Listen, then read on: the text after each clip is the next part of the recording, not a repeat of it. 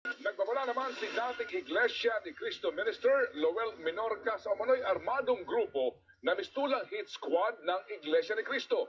Ito po'y mariing itanang ginaman ng pamunuan ng Iglesia at sinabing ito daw ay produkto lamang ng imahinasyon ni Menorca.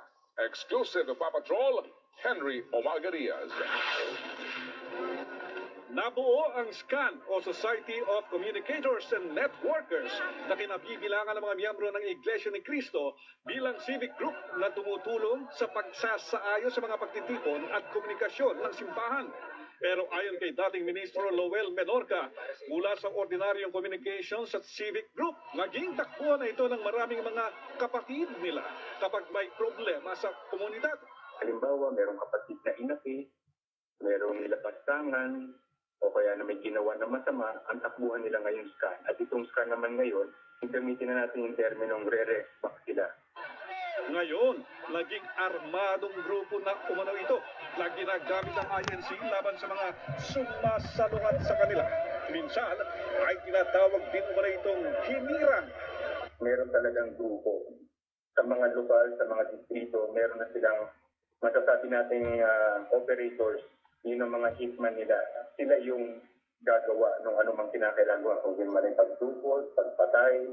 Dahil ang paniniwala nila, ito ay may ginawang masama sa iglesia. Ayon pa kay Menorca, sa bawat lokal na iglesia ay may SCAN. Bukod pa sila sa SCAN o hinirang ng sentral. Kasama umano dito ang ilang miyembro ng pulisya at militar.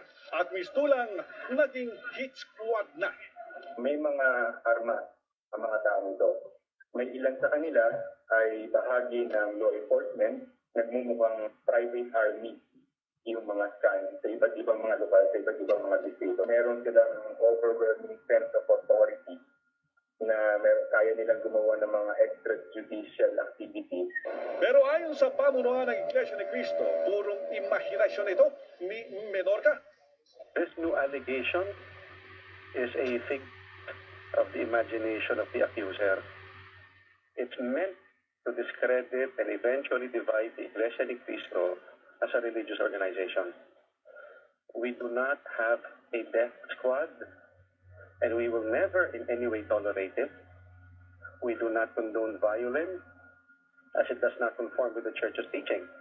Nananawagan din ang INC sa mga miyembro nito na maging mahinahon sa gitna ng natura mga aligasyon. Sa gitna po ng matinding mga hamon, aming hinihimok po ang mga kapatid na manatiling mahinahon, patuloy na manalangin bilang isang iglesia.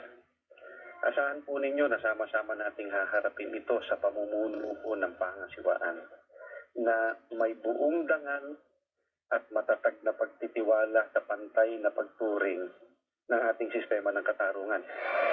Pero nagbabala din si Menorca ng mas malawak umunong rally.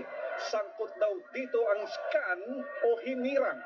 Nakahanda na yun na pagdating ng kaarawan ng ka-Eduardo D. Manalo sa mga lugar, magkakaroon ng mga pagtitipon, babati sila sa ka-Eduardo.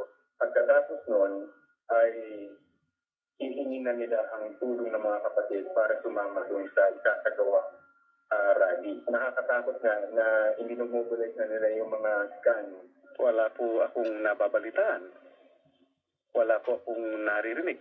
Ang totoo po ay pagpaumaninan niyo, Mr. Henry, sa inyo nga unang narinig po yan. Ang PNP naman huling nanawagan din kay Menorca na magtungo sa Campo Crame para tumulong sa kanilang investigasyon sa pagkakasangkot ng ilang pulis sa umano'y pagkidnap sa kanya. Henry Omagad Diaz, ABS-CBN News. Susunod